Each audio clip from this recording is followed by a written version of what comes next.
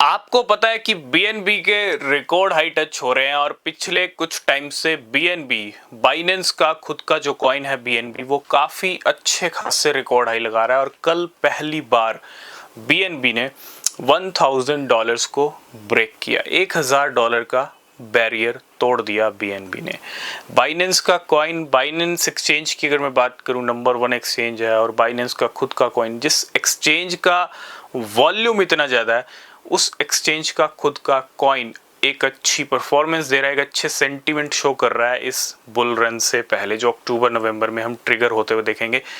तो आज हम बात करेंगे बीएनबी के बारे में, बाइनेंस स्मार्ट चेन के बारे में और कुछ कॉइन्स की बात करेंगे, क्योंकि जब किसी कॉइन के रिकॉर्ड हाई लगते हैं तो उसके इकोसिस्टम में भी वो रिजल्ट आता है। और आप बाइनेंस स्मार्ट चेन के कॉइन्स की बात करेंगे, ठीक है, कल भी हमने कहा था कि हम डिस्कस करेंगे। और ये कोई फाइनेंशियल एडवाइस नहीं है।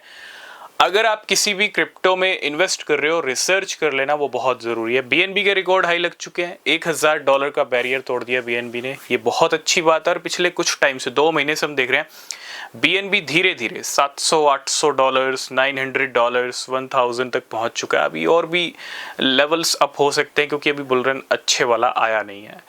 तो जब बीएनबी के हाई लग रहे हैं, बाइनेंस स्मार्ट चेन के इकोसिस्टम में काफ़ी ज़्यादा हम पुश देख रहे हैं, ग्रोथ देख रहे हैं।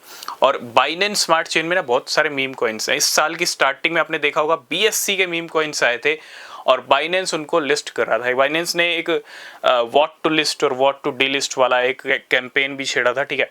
तो उसके अंदर क्या था, कुछ कॉइन्स को लिस्ट में रखा जाता था जिनकी वोटिंग होती थी, और सबसे पहली जो वोटिंग हुई थी वो बीएससी के मीम कॉइन्स की हुई थी। तो आज हम कुछ बीएससी के मीम कॉइन्स की बात करेंगे, कोई भी फाइनेंशियल एडवाइस नहीं है। पहला कॉइन आता है ब्रोकली कॉइन। हालांकि 2 ब्रोकली कॉइन है, दोनों बाइनेंस के ऊपर अवेलेबल हैं और आप देख रहे होंगे पिछले 24 घंटे में एक ब्रोकली अच्छा पंप भी हो रहा है। दोनों के ऊपर रिसर्च कर सकते हो, ठीक है। और ब्रोकली आया था ब्रोकली स्टोरी से, जो बाइनेंस ईजी की ब्रोकली स्टोरी थी, ठीक है, उसकी वजह से ब्रोकली आया था मार्केट में।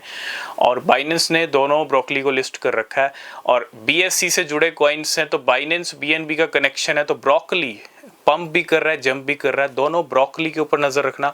इसके साथ एक कॉइन और है जिसका नाम है चीम्स इनू।